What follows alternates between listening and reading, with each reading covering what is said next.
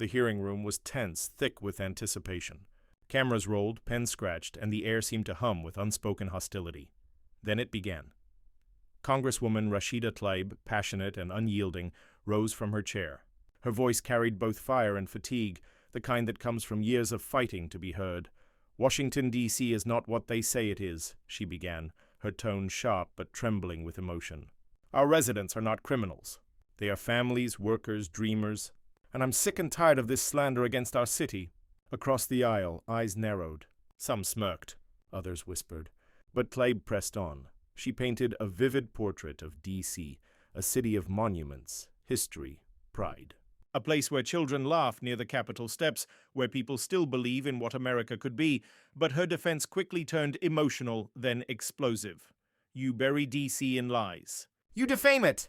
You spread fear about the people who live here, about the people who serve here." For a moment, silence. Then murmurs spread like wildfire. That's when Byron Donalds, Republican congressman from Florida, leaned forward.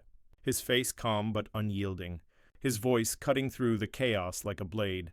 "I think what you said is radical," he said slowly, deliberately. "And I think it's insane.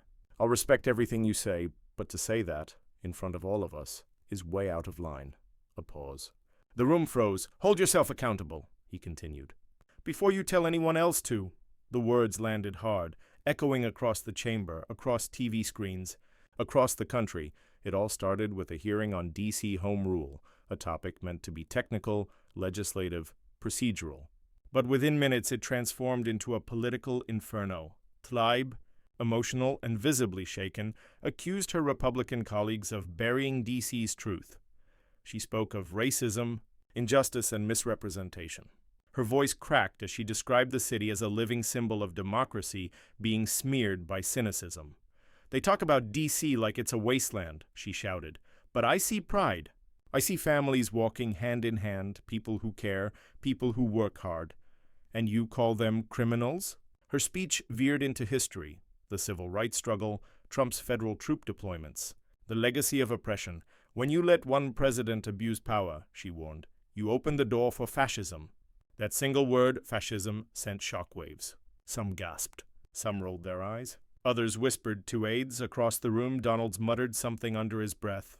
The chair called for order. But it was too late. The hearing had become a spectacle. Byron Donalds sat upright, hands folded. He waited for the noise to settle, then spoke, calm, collected, but with a tone that demanded silence. "With all due respect," he said, "this isn't a movie. This isn't activism. This is Congress." His words cut through the tension like thunder through fog. "You don't get to call your colleagues fascists because you don't like the facts.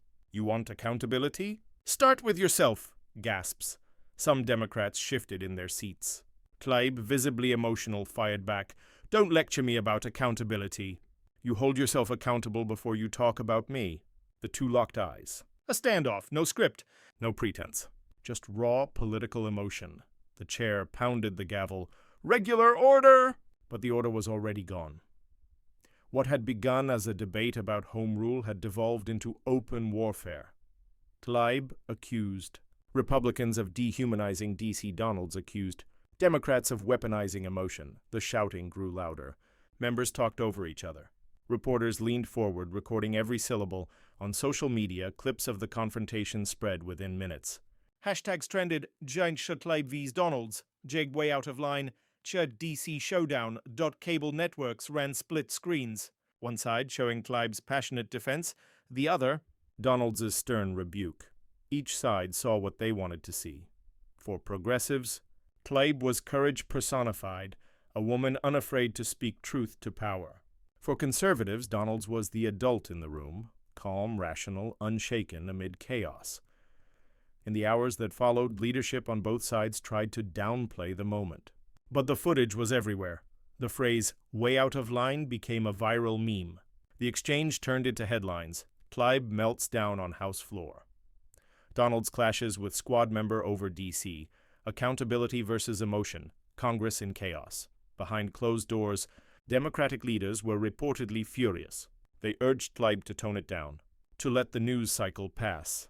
But AOC and Ilhan Omar had other plans.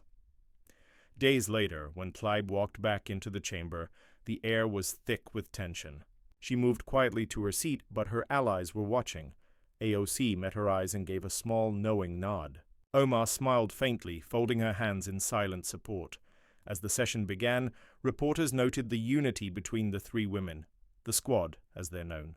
They didn't need words. Their presence said everything. When Tlaib rose to speak again, she was calmer, but her words hit even harder. "I won't apologize for feeling," she said, "for caring. For refusing to stay silent when our people are misrepresented." Across the room, Donalds shifted slightly, his expression unreadable. Tlaib continued, "We're not attacking people. We're attacking injustice. And if passion makes you uncomfortable, maybe it's because you've grown too comfortable with indifference." The room buzzed. Outside the chamber, AOC took to X, formerly Twitter. "When women of color speak with emotion, they're called unhinged. When men do it, they're called strong." Think about that. The post exploded. Millions of views in hours.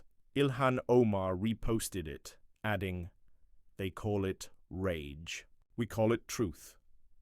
That night, cable news tried to dissect it all. Panel after panel, pundits debating tone, professionalism, and decorum.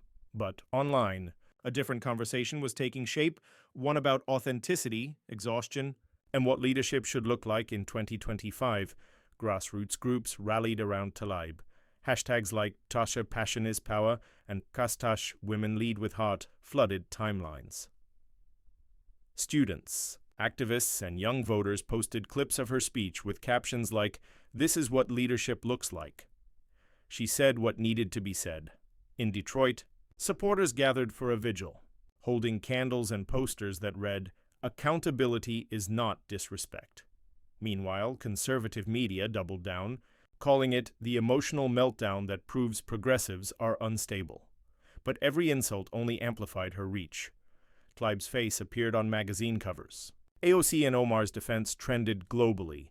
The three appeared together days later at a community event, smiling, holding hands, standing before a sea of cheering supporters. "They wanted to silence us," AOC said, her voice echoing through the crowd. "But instead, they made us louder." Not everyone in their party was pleased. Leaked reports suggested that senior Democrats privately called the trio a distraction. Some urged them to focus on policy, not passion, but Omar responded in an interview, "Our job isn't to make power comfortable. It's to make change possible." The statement went viral instantly. In one line, she captured what millions had been feeling, that empathy and emotion were not weaknesses, but moral strength. Weeks later, political analysts began rethinking the incident. What many had first dismissed as a meltdown was now seen as a defining cultural moment.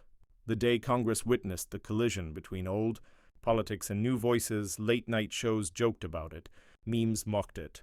But somewhere beneath the laughter, a shift was happening. AOC said it best on live TV, "Humor shouldn't erase humanity," and Omar added, "It's easy to mock what you've never experienced." Their unity turned ridicule into reflection. In the months that followed, Tlaib, Omar, and AOC continued to push forward. They didn't forget the hearing. They reframed it. What began as a breakdown became a breakthrough. Tlaib's voice, once mocked, became a rallying symbol. Omar and AOC's defense became a blueprint for solidarity. Together, they reminded the nation that politics isn't about suppressing emotion. It's about channeling it into purpose. "Vulnerability is not a flaw," Tlaib later said. "It's proof that we still care. And in an era of cynicism and division," that message hit home, because when emotion meets truth, when empathy meets courage, power listens, even if it doesn't want to. In the months that followed, Tlaib, Omar, and AOC continued to push forward. They didn't forget the hearing. They reframed it. What began as a breakdown became a breakthrough. Tlaib's voice, once mocked, became a rallying symbol. Omar and AOC's defense became a blueprint for solidarity. Together, they reminded the nation that politics isn't about suppressing emotion. It's about channeling it into purpose. "Vulnerability is not a flaw," Tlaib later said. "It's proof that we still care. And in an era of cynicism and division," that message hit home, because when emotion meets truth, when empathy meets courage, Power listens, even if it doesn't want to. The meltdown in Congress, when passion became power, when chaos became clarity, when one woman's breakdown became every woman's breakthrough.